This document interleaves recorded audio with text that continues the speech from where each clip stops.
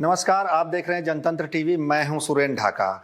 आज हमारे साथ खास मुलाकात में सूबे के कैबिनेट मंत्री गणेश जोशी होंगे। गणेश जोशी 2007 से लगातार विधायक हैं और पार्टी के बड़े कार्यकर्ता रहे हैं। 84 से जब से बीजेपी ज्वाइन की है, विभिन्न पदों पर रहे हैं। अब उनके पास सैनिक कल्याण और उद्योग की जिम्मेदारी है। स्वागत है गणेश जोशी जी आपका। गणेश जोशी जी, ये बताइए, आप इतने लंबे समय से कार्यकर्ता भी रहे हैं भारतीय जनता पार्टी में और मंत्री भी बने हैं, दोनों में क्या अंतर महसूस करते हैं? देखिए, थोड़ी जिम्मेदारी बढ़ गई है, बाकी मैं कोई अंतर महसूस नहीं करता। मैं तो जो काम एक विधायक के रूप में करता था, कार्यकर्ता के रूप में करता था, आप देखिए सुबह से शाम तक मैं लगातार जनता के बीच में रहता हूँ। अभी भी आपको शायद 2-3 घंटे इंतजार करना पड़ गया, इतने लोग यहाँ पर थे। और यही कारण है कि लगातार जनता का आशीर्वाद प्यार मुझे मिलता है। कहीं बाढ़ हो जाती है, आप रात को भाग जाते हैं? देखिए, जिस विश्वास से जनता ने मुझे चुना है, दूसरा एक तो मैंने गरीबी को बहुत नजीक से देखा है। जब मैं किसी व्यक्ति को कष्ट में देखता हूँ, पीड़ा में देखता हूँ, तो मुझे अपने दिन याद आते हैं। मैंने भूख भी देखी है, मैंने बेरोजगारी भी देखी है, मैंने टपकता हुआ मकान भी देखा है, मैंने बस का सफ़र भी देखा है, मैंने राशन की लाइन भी देखी है। इसलिए मुझे कहीं भी कोई छोटी घड़ी घटना होती है, बड़ी घटना होती है, मेरी कोशिश होती है तो वहाँ पहुँचकर जितनी राहत मुझसे दी जा सके मैं उनके बीच में रहकर उनको दर्द कम करने की कोशिश करता हूँ। आप सैनिक परिवार से रहे हैं, खुद भी सैनिक रहे हैं गढ़वाल राइफल में। आप ये बताइए कि जो सैनिक प्रदेश इसको माना जाता है, कहाँ तक सही है? नहीं, वास्तव में ये एक सैनिक प्रदेश है। देखिए, आज हमारा उत्तराखंड जैसा छोटा सा राज्य, देश की सेना का 17.5% की पूर्ति हमारा एक छोटा सा राज्य करता है। देश की सीमा पर रक्षा करने वाला हर 5वां जवान हमारे उत्तराखंड से होता है। ये तो मैं सेना की बात कर रहा हूं। CRPF, BSF, Assam rifle, ITBP, उसमें भी हमारे हजारों लाखों जो है नौजवान देश की रक्षा कर रहे हैं। और दूसरा, चाहे फर्स्ट वर्ल्ड वार हो, चाहे सेकंड वर्ल्ड वार हो, 47 हो, 62 हो, 65 हो, 71 हो, कारगिल हो, गलवान हो, चाहे ताज होटल पर हमला हो, चाहे संसद पर हमला हो, कोई ना कोई जवान हमारे उत्तराखंड का शहीद होता है। तो वास्तव में ये एक सैनिक बाहुल्य प्रदेश है, सैनिकों का प्रदेश में कहना चाहूँगा इसको। और सैनिकों की सम्मान की अगर चिंता अगर किसी ने की है तो भारतीय जनता पार्टी ने की है। क्योंकि पहले जब कभी कारगिल से पहले कई युद्ध हुए और युद्ध में जब कोई जवान शहीद हो जाता था पहले, तो उसकी डिस्क आइडेंटिटी, बेल्ट और राख घर भेज दी जाती थी और कह दिया जाता था कि आपका बेटा देश की सीमा पर शहीद हो गया। लेकिन पहली बार जब कारगिल का युद्ध हुआ, जिसमें हमारे उत्तराखंड के भी 75 जवान शहीद हुए थे, और उसमें उसी समय पूरे सैनिक सम्मान के साथ तिरंगे में उनका पार्थिव शरीर घर भेजा गया। पूरे सैनिक सम्मान के साथ उसका दाह संस्कार किया गया। उनके परिवारों को गैस एजेंसी, पेट्रोल पंप दिए गए। ये परंपरा भारतीय जनता पार्टी ने शुरू की। आज वो परंपरा बन गई है। अगर आज कोई शहीद होता है तो पूरे पैतृक गांव तो उसका पार्थिव शरीर आता है, पूरे सैनिक सम्मान के साथ उसका दाह संस्कार किया जाता है। उत्तराखंड में पूर्व सैनिक बहुत हैं। आप सैनिक कल्याण की आपके पास जिम्मेदारी भी है, तो जो सैनिकों को दिक्कत आती है उसे कैसे दूर करते हैं? देखिए, अभी भी आपने देखा कम से कम 50-60 सैनिक भी मेरे पास बैठे हुए थे। देखिए, सैनिक जब रिटायर होकर आता है, उस पर दोहरी जिम्मेदारी होती है। सपोज अगर एक 17-18 साल में एक सैनिक भर्ती जाता है और 17 साल नौकरी करने के बाद 35-36 साल में जो है वो रिटायर होकर आता है, तो उसके बाद दोहरी जिम्मेदारी होती है, एक अपने बच्चों की, परिवार की, और एक माता पिता की। हमने कोशिश की है कि हम उपनल के माध्यम से सैनिकों को और पूर्व सैनिकों को के बच्चों को लगभग 22,500 लोगों को रोजगार देने का काम हमने किया है। हमने पुलिस के अंदर 500 से अधिक भूतपूर्व सैनिकों को रोजगार देने का काम हमारी सरकार ने किया है। अभी हमने, क्योंकि इंडस्ट्री मेरे पास है, हमने एक काम और किया। हमने शेड्यूल के अंदर जो इंडस्ट्री लगाने के लिए भूमि खरीदेंगे, हमने महिलाओं और पूर्व सैनिकों के लिए 5% की छूट उसमें लागू की है।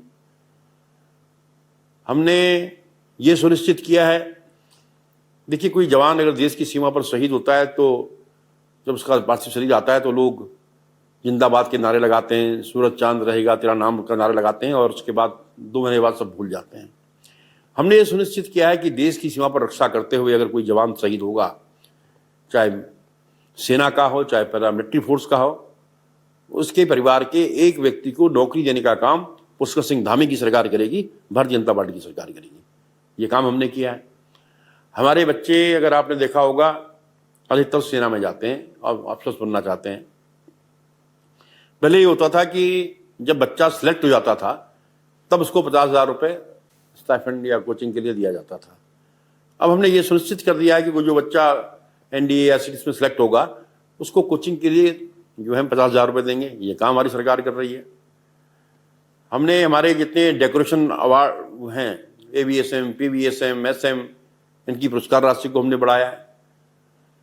हमने ये सुनिश्चित किया है, एक फौजी छुट्टी आता है, उसका डीएम से काम होता है, उसका एसडीएम से काम होता है, उसका एडीएम से काम होता है, अधिकार नहीं मिलते। हमने एक एडीएम रैंक का अधिकारी, नोडल अधिकारी बना दिया है कि जो उनकी समस्याओं को सुनेगा। हमने ये भी सुनिश्चित किया है कि सचिवालय में अगर किसी सैनिक का काम है और उसके बाद उसका आई कार्ड है पूर्व सैनिक या सैनिक का, तो वही उसका पास होगा। तो लगातार हम सैनिकों के लिए काम कर रहे हैं। और मैं आभार व्यक्त करना चाहता हूँ देश के प्रधानमंत्री नरेंद्र मोदी जी का। एक 46 साल पुरानी मांग जो वन रैंक वन पेंशन की थी, उसको पूरा करने का काम हमारी दिल्ली की सरकार ने किया, नरेंद्र मोदी जी ने किया है। अभी एक विषय बार बार यहाँ पर सामने आता था कि शहरी क्षेत्रों में, नगर निगम में, नगर निकायों में हाउस टैक्स में सैनिकों को छूट मिलती है, लेकिन कैंट क्षेत्र में ये छूट लागू नहीं थी। 14 अगस्त को एक कार्यक्रम में मैं सीएम साहब के साथ था, हमने उसकी घोषणा करा दी है। अब कैंट क्षेत्र में रहने वाले भूतपूर्व सैनिकों को भी हाउस टैक्स में छूट मिलेगी। हमारे यहाँ के लोगों की हाइट कम होती है, इसलिए मैं सीडीएस से मिला था, उस टाइम मैं विधायक था। आज उस हाइट की कमी की छूट हमने सीडीएस के माध्यम से यहाँ के लोगों को दिलाई है। अभी हम 20 साल हो गए, अभी तक हमारा अपना रिक्रूटिंग डिपो नहीं है। सीडीएस ने मेरी बात हुई है, मोस्ट प्रॉब्ली नेक्स्ट मंथ एक विमन रावत जी से जो मिला था, तो बीआरओ जो है पिथौरागढ़ में खोला जाएगा और उसकी एक ब्रांच देहरादून में खोली जाएगी। सर ने स्पष्ट किया है। तो लगातार सैनिकों के लिए, सैनिकों के कल्याण के लिए हमारी सरकार काम कर रही है। और एक बहुत बड़ा काम सैन्य धाम, अगर आपने सुना, मैं सैन्य धाम पे ही जाने वाला था। सैन्य धाम में क्या विशेष है? देखिए, ड्रीम प्रोजेक्ट है सरकार का। देखिए, मेरा भी ड्रीम प्रोजेक्ट है, मोदी जी की परिकल्पना है, उस दिशा में लगातार हम काम कर रहे हैं। और धाम का मतलब एक पवित्र मंदिर से होता है। और भारत की सेना में 2 सैनिकों की पूजा होती है। एक बाबा जसवंत सिंह का, अगर आपने नाम सुना होगा, जिन्होंने अकेले जो है 300 से अधिक चाइनीज सैनिकों को मारा, 72 घंटे तक अकेले लड़ते रहे। और चाइनीज समझ नहीं पाए कि यार या कितने पोजीशन बदली कर करके वो लोगों को, और बाद में उसका सर काट कर ले गए, जो उन्हें पता लगा। फिर उन्होंने उसका सर भारत की सेना को सौंपा।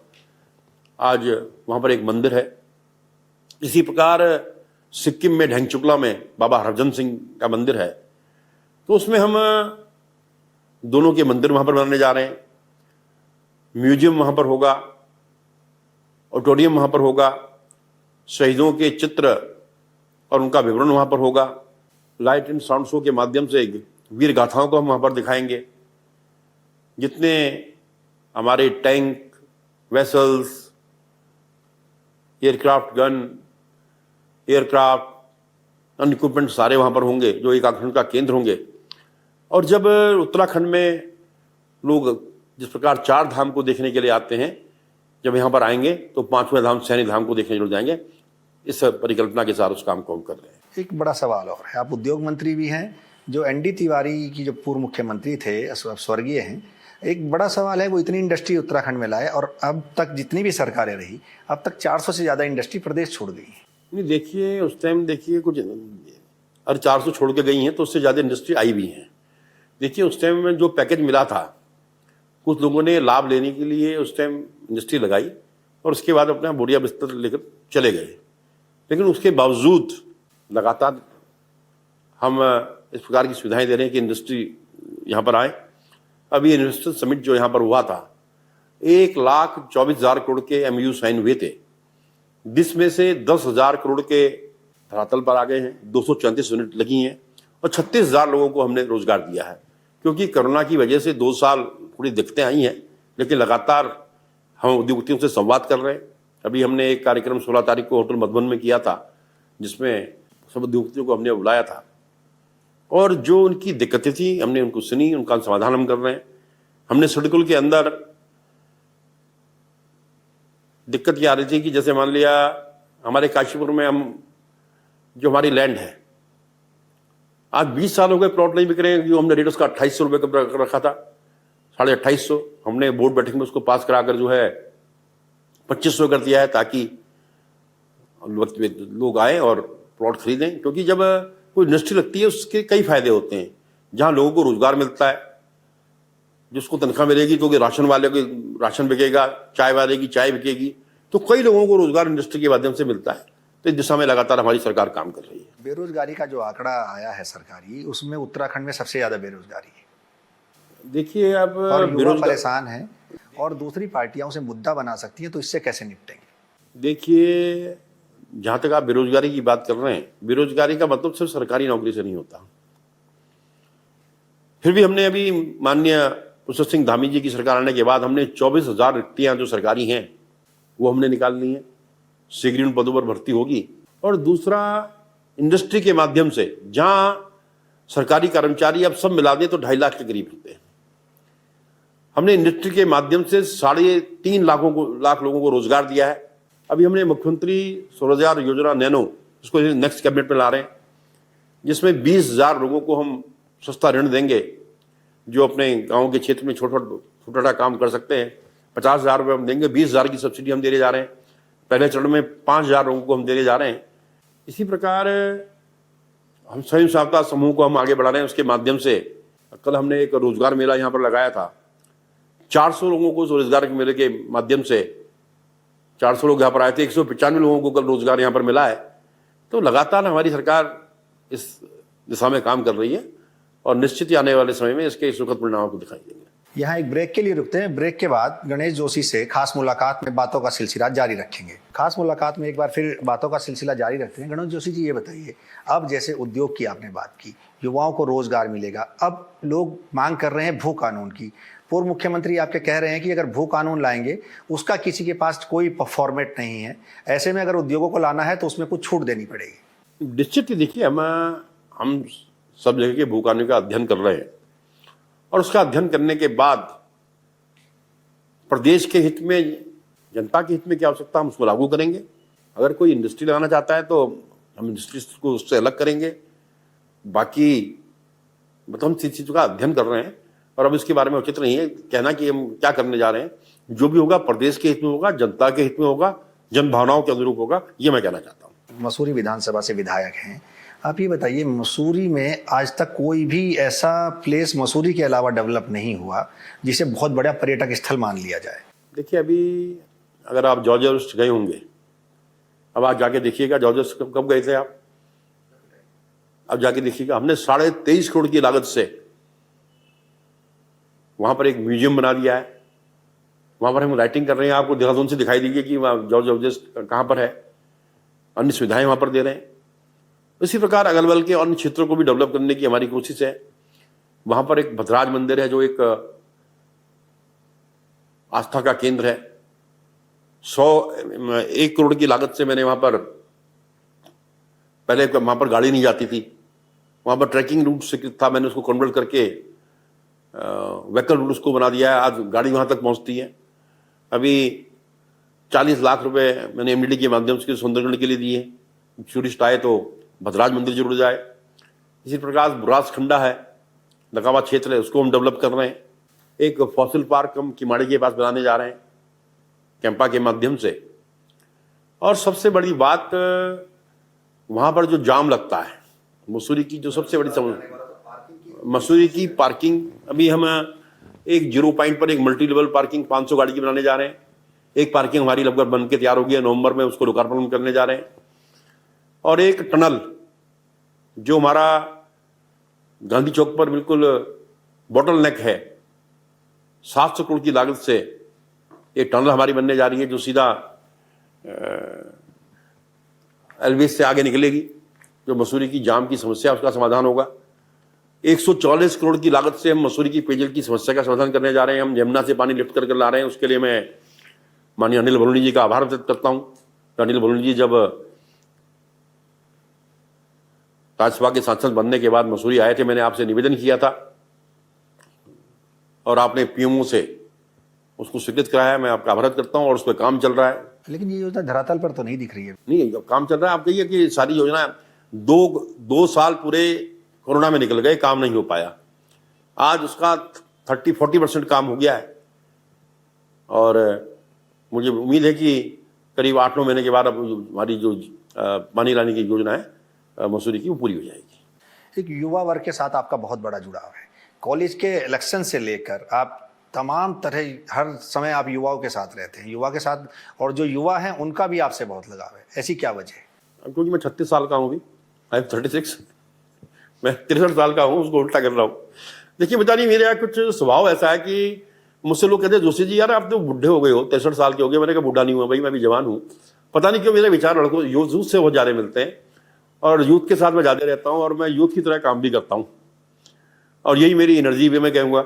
आपने देखा होगा मेरे साथ अगर मैं कहीं जाता हूँ तो लड़के ज़्यादा दिखाई देते हैं। इसीलिए आपसे सवाल पूछा है। आप कॉलेज की राजनीति में बहुत सक्रिय हैं, चुनाव लड़ाते हैं कॉलेज तक। नहीं, लगातार मैं जब से मैं हमारी AVP हमारा संगठन है, जब तक अब AVP के संग में रहा हूँ, लगातार AVP का कब्जा DAV कॉलेज में पिछले 13-14 सालों से लगातार, क्योंकि हमारा छात्र संगठन है, मैं उनके साथ रह के काम करता हूँ। आपकी जो विधानसभा है, पर्यटक इससे होकर मसूरी जाते हैं, पूरी मसूरी विधानसभा में। लेकिन अगर एक पर्यटन प्रदेश माना जाता है उत्तराखंड को, और 6-6, 7-7 घंटे यदि लोग जाम में रहेंगे तो एक मैसेज खराब जाता है उत्तराखंड के लिए। देखिए अभी हम LKD रोड को एक वैकल्पिक मार्ग हम बना रहे हैं।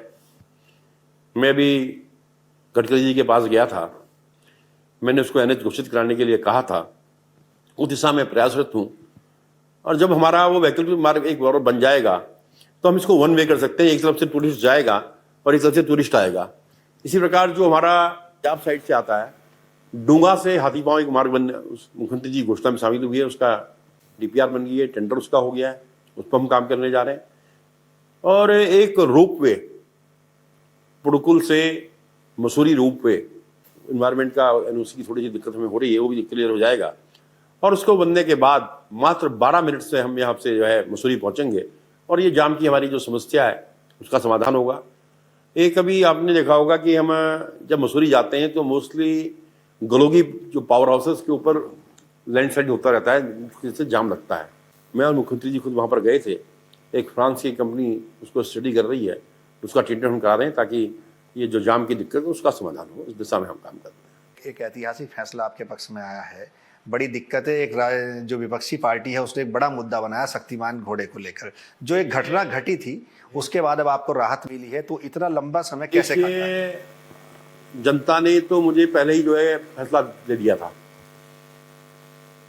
मेरी लोकप्रियता से हमारे विपक्षी बहुत परेशान थे। तत्कालीन मुख्यमंत्री जी ने एक षड्यंत्र के तहत मुझे फंसाने की कोशिश की थी।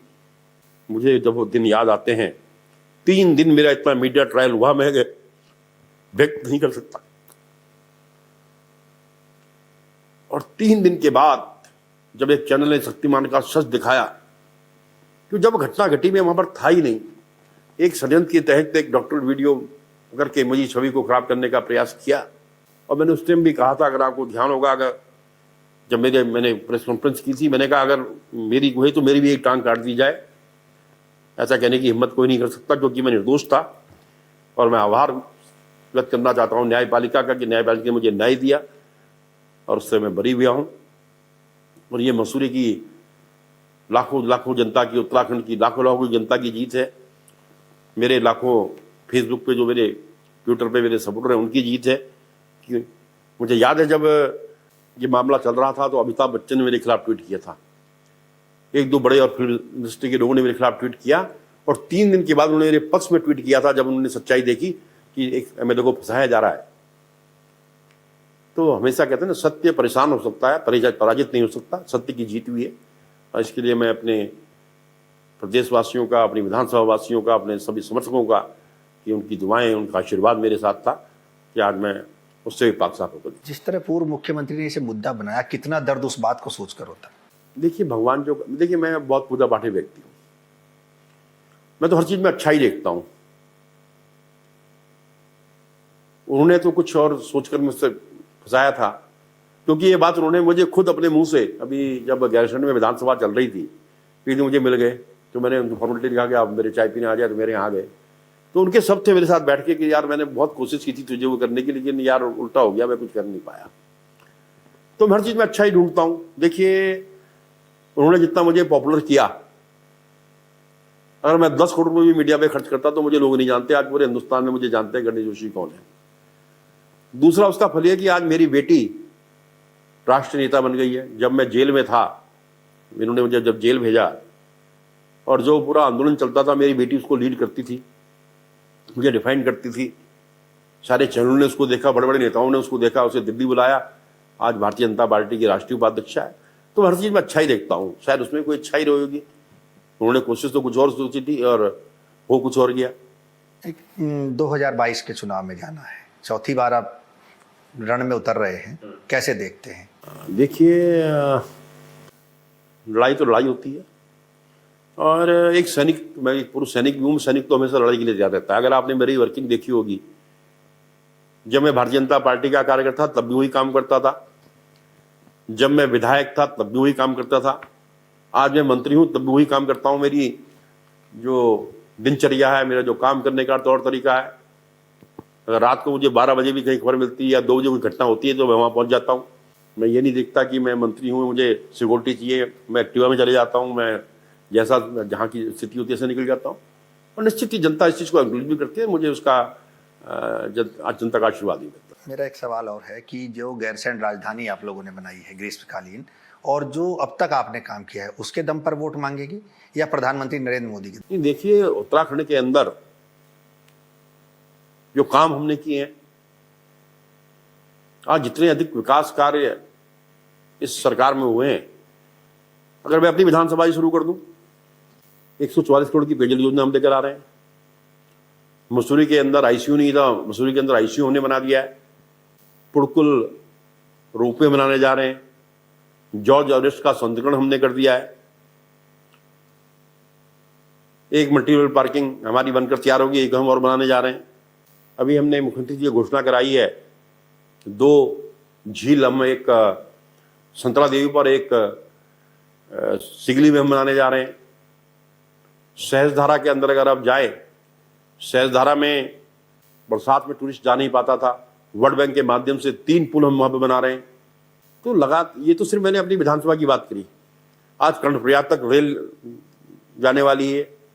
ऑल वेदर रोड की आप स्थिति देख रहे हैं, ऑल वेदर किस प्रकार काम हो रहा है। आज हेली सेवा को हम शुरू करने जा रहे हैं। और सबसे बड़ी बात है कि जनता का विश्वास हमने जीता है। जनता को ये विश्वास है कि अगर इस प्रदेश का भला कर सकती है तो भारतीय जनता पार्टी कर सकती है, क्योंकि ऊपर नरेंद्र मोदी जैसा व्यक्ति बैठा है, तो यहाँ पर पुष्कर धामी जैसा युवा यहाँ पर बैठा है। और जब से पुष्कर धामी जी आए हैं, लगातार केंद्र से हमें लगातार आर्थिक मदद मिल रही है, और जिससे हम अपने विकास कार्यों को कर रहे हैं। गणेश जोशी जी, शुभकामनाएं हैं आपको 2022 के लिए। नमस्कार। खास मुलाकात में आज के लिए इतना ही। देखते रहिए जनतंत्र टीवी।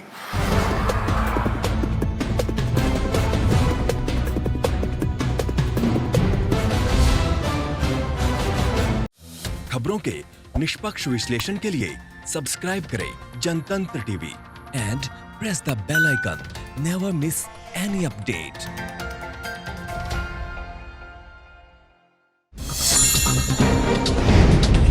डाउनलोड कीजिए जनतंत्र टीवी ऐप को, जो कि अवेलेबल है गूगल प्ले और ऐप स्टोर पर। अधिक जानकारी के लिए अभी डाउनलोड करें।